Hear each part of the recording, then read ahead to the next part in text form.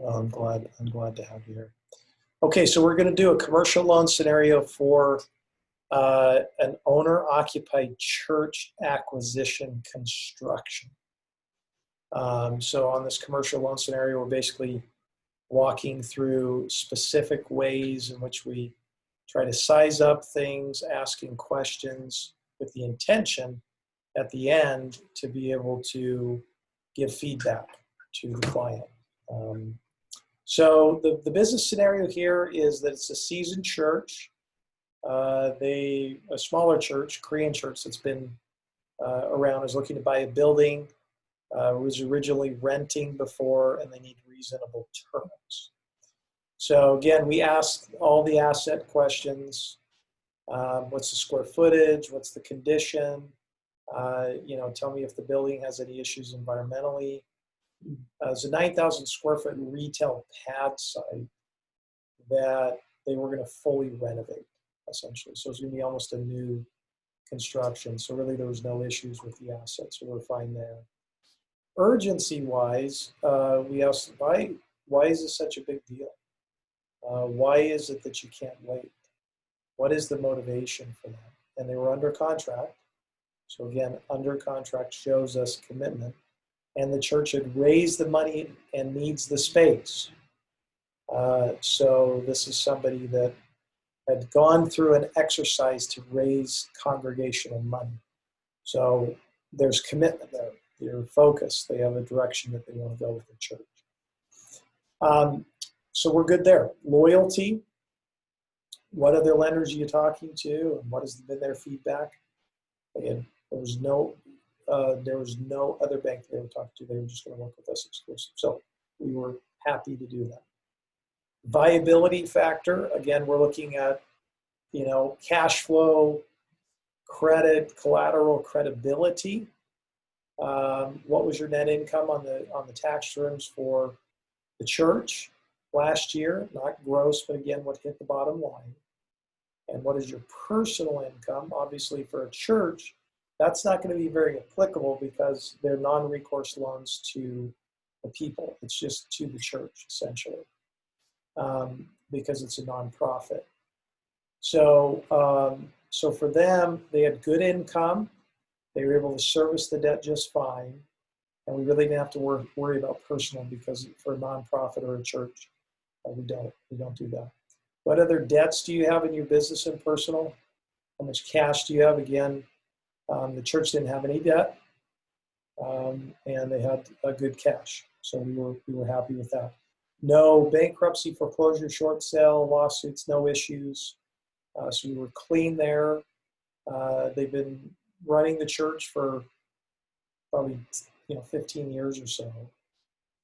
There was no tenants involved. Remember, this is owner occupied, so that's not applicable.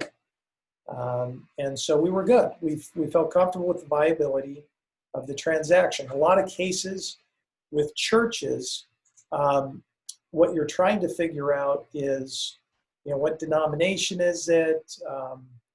Do you feel like they're really doing good for the community?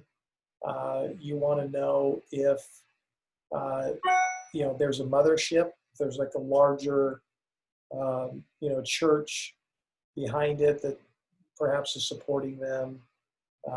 And so I think it's important to at least just be aware of, because it adds another layer of strength. So churches are hard to finance, just to be candid with you. So they are a little bit trickier. They can get done. And there are niche lenders for that as well. So expectations, what specifically are you looking to accomplish?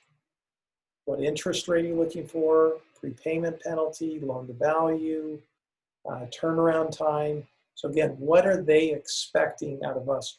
And they wanted a high loan to value, so 80%, which is fairly typical. I think there was no issues there. And obviously keep their costs low, which we felt like we could accomplish for them. So we told them we could do the deal, but we need to make sure the valuation works. That was one of the things we were concerned of. Was the appraisal going to come in okay? Given the fact they're putting this much money into it, they were very green, understandably so. And so we had them go through an exercise to be able to say, okay, make sure you talk to the contractor. let's get some comps. We actually went out and got comps ourselves for churches. And so we felt like we might be close on the loan to value. And because we did the appropriate due diligence, we were able to come in just fine. We also recommended a local bank. So again, remember, we're doing owner occupied, so we're not dealing with life companies, we're not dealing with CMBS. We're dealing with either SBA, right, or owner, or just conventional bank.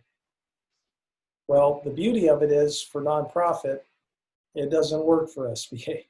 So we just, automatically it's a conventional bank. There are church lenders out there that just do churches. They're a little tricky on how they do it. The underwriting tends to be, usually they don't want to lend 2.5 to 3.5 times the plate income.